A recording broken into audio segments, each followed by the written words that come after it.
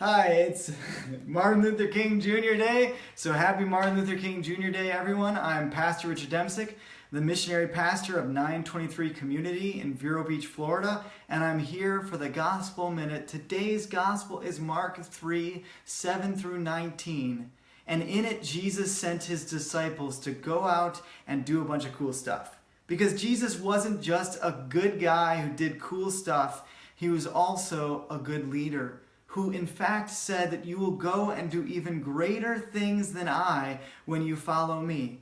Jesus understood the impact and the power of a dream and a movement. So today I want to dedicate this Gospel Minute to another leader, and it should come as no surprise that it's Martin Luther King Jr.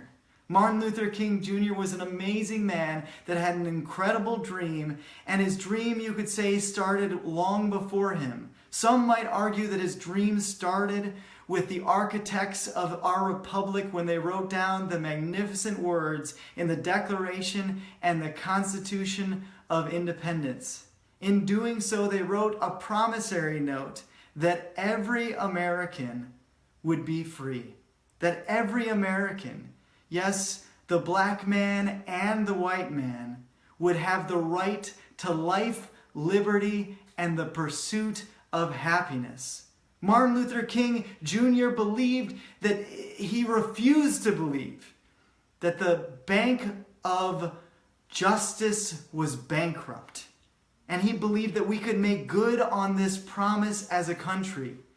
He believed that now was the time to lift our nation from the quicksands of racial injustice to the solid rock of brotherhood. Because Martin Luther King Jr. was not just a black civil rights leader. He was a hero and a leader for every man.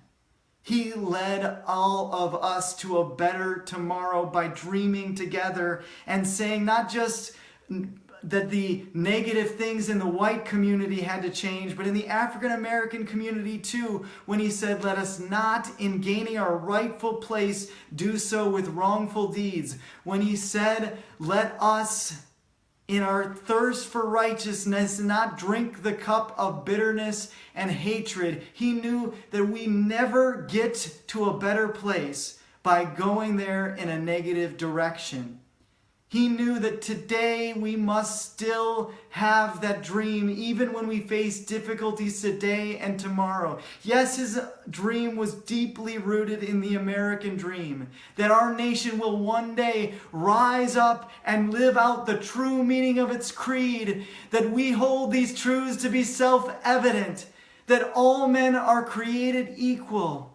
But Martin Luther King Jr.'s dream was more than just an American dream. It is bigger than that, and it started long before that because it was also a biblical dream. It was a dream that one day every valley should be exalted, every hill and mountain shall be made low, that the rough places will be made plain, and the crooked places will be made straight, and the glory of the Lord shall be revealed, and all flesh shall be shown together the glory of God. Yes, it's a dream. That's a dream about brotherhood. It's a dream about race being no longer the dividing lines between us, that his 4 little children would one day be not judged by the color of their skin, but the content of their character. But it was also a dream about love, that one day freedom would ring in every city and all God's children would hold hands together and sing that spiritual free at last, thank God I'm free at last. Because Martin Luther King Jr. knew that we only become free when we follow and when we dream together. Remember, God loves you, we love you. God bless, and have a great day.